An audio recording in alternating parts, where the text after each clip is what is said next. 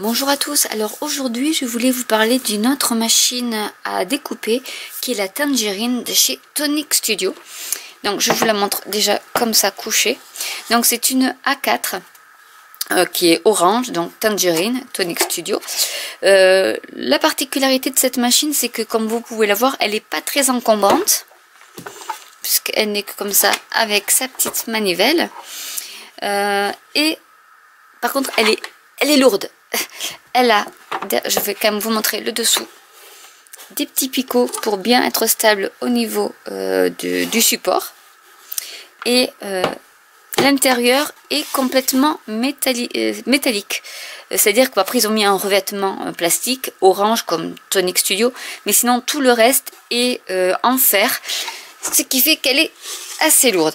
Mais l'avantage c'est que vous pouvez la caser dans un coin et elle prend pas beaucoup de place. Elle prend juste de la place lorsque vous découpez, comme toute machine. Je vais essayer de la mettre, je ne sais pas trop comment, pour qu'elle puisse rentrer dans le cadre. Elle n'y rentre pas. Avec, vous avez une notice qui est très simple, là, tient sur une feuille. Et vous avez, alors je vais pousser un peu la machine, la belle bête. Vous avez toutes les plaques qui sont comprises avec la machine.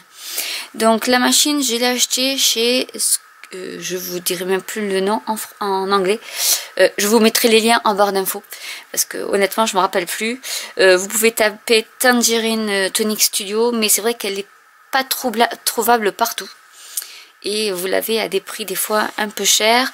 Je me rappelle plus trop de combien je l'ai payé. Donc elle vient de chez Crafty Device et elle coûte 138 €. Voilà. Hors frais de port. Les frais de port, je ne sais plus combien je les ai payés. Je crois que c'était 138 livres, pardon.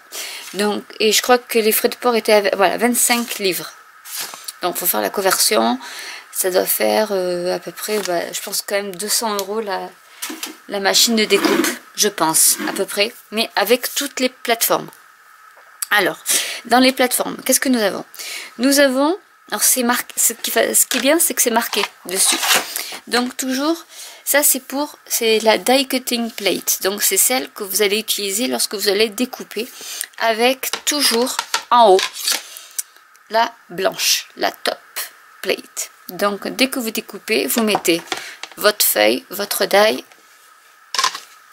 et la partie blanche. Ça c'est pour découper. Ensuite, si vous utilisez un classeur à gaufrer, un plioir à embosser, donc à ce moment-là, il faut utiliser l'embossing folder plate avec votre plioir et à l'intérieur votre papier et la blanche. Parce que la violette, si vous regardez, est beaucoup plus fine que la orange, qui paraît verte sur là, c'est mieux. Vous voyez, elle est un peu plus fine, donc ça compense un peu l'épaisseur de votre classeur à embosser. Ensuite, vous avez le die embossing plate. Donc, vous utilisez ce die embossing plate, donc qui est vert.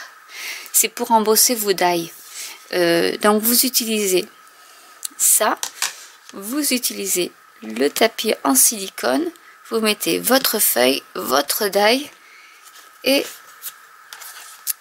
toujours la petite plaque blanche par-dessus, et vous allez embosser et non pas découper votre die comme je vous avais montré lors de ma vidéo sur la Gemini. Et du coup après, bon, là je mets pas de die, je mets rien, mais vous mettez tout ça, hop là, et ça. Et normalement, bon là j'ai pas mis le die, donc du coup il y a moins d'épaisseur, mais en tournant la manivelle, vous arrivez de l'autre côté. Hop, je vous montre.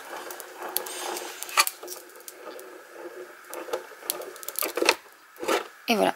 Et du coup, vous avez votre machine. Et c'est bon, j'ai voulu la choisir. J'ai voulu la choisir, c'est pas très français. Je l'ai choisie, celle-ci déjà pour la tester. Et aussi parce que déjà elle prend pas beaucoup de place, même si elle est lourde, mais vous pouvez la caser dans un coin. alors que la Big Shot Plus, ben, elle prend quand même pas mal de place. Et ces plaques-là sont assez costauds. Et bien, on peut voir, je vais vous montrer par rapport à une plaque de Big Shot. Au niveau de l'épaisseur, c'est pas du tout la même épaisseur. Hop, vous voyez, c'est presque le double, hein. C'est presque le double de l'épaisseur, donc déjà elle va pas se plier, comme celle-ci, quoi. Bon, et encore celle-là, c'est celle du haut, parce que celle du bas, je vais vous montrer dans quel état elle est. Voilà. Donc j'ai voulu tester quand même, et elle est bon, là elle est pas trop incurvée, je trouve, quand même, hein, je l'ai pas trop malmenée, mais bon, on va plus être à l'air, quoi. Donc voilà. Donc je voulais voir par rapport à ces plateformes là de chez Sizzix, voir lesquelles étaient les plus robustes. Et je commence à avoir une petite collection de machines à découpe, hein.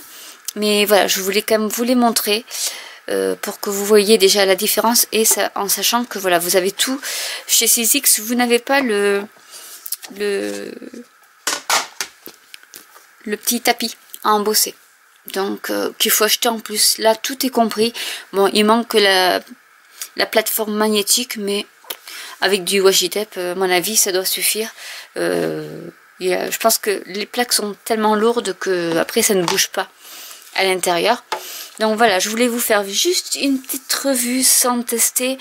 Je m'en servirai peut-être dans certaines vidéos pour vous montrer un peu comment elle fonctionne. Même si elle rentre pas dans le cadre de ma caméra. Mais voilà, c'était juste pour vous dire qu'elle existait, qu'on n'en voit pas beaucoup, hormis dans les vidéos de chez Tonic Studio. C'est vrai que chez les crafteuses, on ne la voit pas souvent. Et je trouvais que elle était assez attrayante, et niveau place, vraiment ça fait comme une demoiselle de chez Toga ou décoratrice, où il n'y a même pas des petits trucs à rabat, il n'y a pas besoin, parce que la plateforme ici est vraiment elle est très costaud, quoi, du coup, donc vous n'avez même pas besoin d'avoir une base à replier ou autre. Ici ça fonctionne très bien. Donc voilà, j'espère que cette vidéo vous aura plu. Peut-être il y a des indécis qui ne savent pas trop quelle machine de découpe prendre, ben voilà, peut-être que vous vous orienterez plus vers celle-là que vers une autre. Je voulais juste vous donner mon point de vue.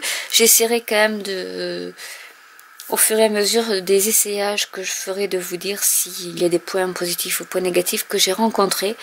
Mais voilà, là pour l'instant elle me plaît bien, malgré l'orange pétard, mais au moins comme ça on peut pas la perdre. Et je vous dis à très bientôt pour une nouvelle vidéo. Bye.